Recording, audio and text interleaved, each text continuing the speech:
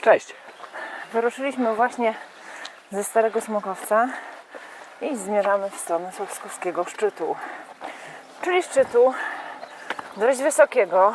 Na razie dość przyjemnie, ponieważ mimo tego, że godzina 7:30, temperatury są dość wysokie, ale póki co jeszcze się tego nie odczuwa, ponieważ idziemy wśród drzew. Powoli nabieramy wysokości, także jak możecie zauważyć, już trzeba trochę wyżej podciągać kolana. Zobaczymy, jak będzie później. Wysokość 245,2. Warto wcześniej przyjechać, parkingi szybko się zapełniają. Jakieś 5 godzin w jedną stronę. Z takich dodatkowych ciekawostek jest to 13. najwyższy szczyt w Tatrach, ale za to najwyższy, na który prowadzi szlak typowo nożny. Nie, Tak to jak piłka nożna, taki sport. Tak, na nogach można dojść, bez spinaczki z użyciem rąk, czyli zero łańcuchów i tego typu zabawek. Piękne dźwięki natury, ścieżka przez las. Wydawało się, Pierwsza zadyszka. tak, i wydaje się, że będzie lajtowo, ale podobno nie będzie. No do tego ta temperatura zaczyna już robić swoje. Za chwilę, kiedy wyjdziemy już poza las i zaczniemy iść w kierunku wierzchołka tak naprawdę cały czas w słońcu, bo tam ponoć nie ma w ogóle miejsc zacienionych, to myślę, że to będzie prawdziwe wyzwanie. No to idziemy dalej. Tu widać nasz cel. Zdecydowanie z parkingu był lepszy widok.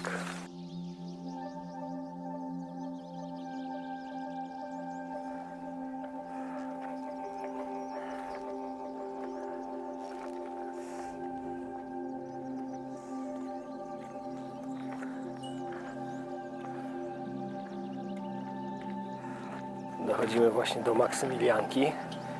Pierwszy punkt widokowy na naszej trasie.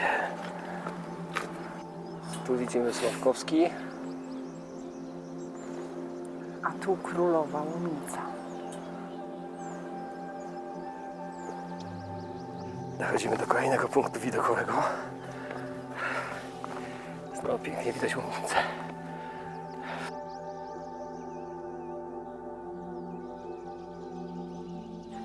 Mamy 5,5 km za sobą, 890 w górę, ma być 1450.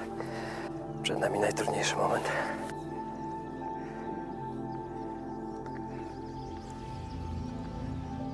Już wymagający kondycyjnie. Miało nie być trudności technicznych, ale jednak troszkę tego jest.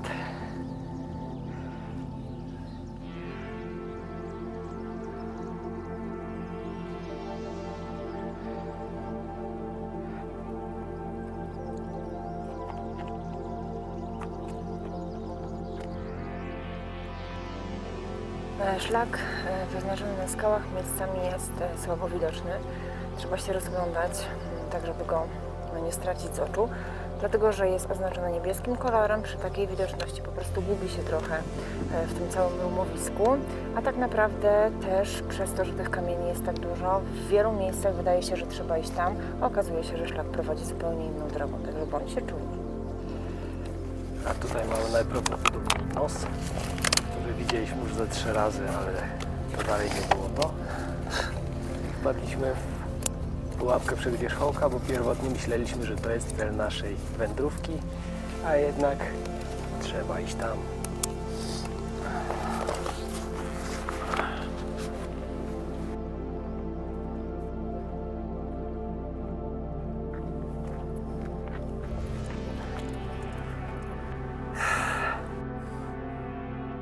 Końcówka przed nami, jak na patelni. Teraz ostatnie 200-300 metrów, przy czym ze 120 w górę, czyli to jest ten najgorszy moment.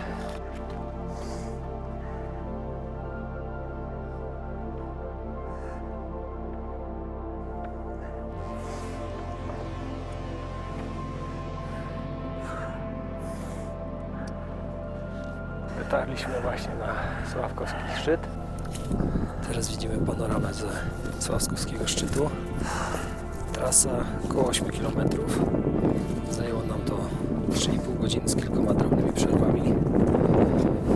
Trasa kondycyjnie wymagająca, ale tak jak wspomnieliśmy, bez większych utrudnień poza tam 2 miejscami. Naprawdę warto się tu znaleźć. Teraz czas na kawę. Hej, no jesteśmy już na dole. Łącznie 7 godzin, jakieś 15 minut. Trasa wymagająca kondycyjnie. Tak jak Ola mówiła, żeby uważać, żeby się nie zgubić. Tak się zgubiliśmy, ale była przez to przygoda. Uważajcie też na piargi, tak, na kamienie, które naprawdę się osuwają spod stóp, zwłaszcza przy zejściu.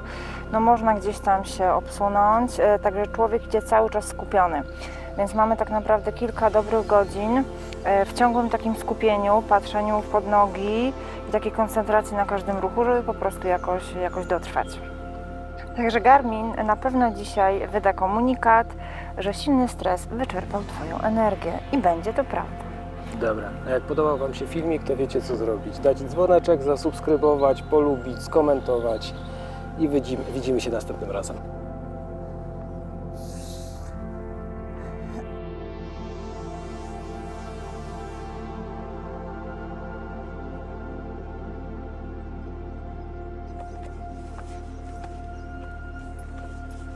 Dotarliśmy właśnie na Sławkowski szczyt. Co? Mów coś. Zdjęcie chcę. Zaraz zaczynamy. Powiedz, że jesteś na szczycie czy coś. Dawaj zdjęcie.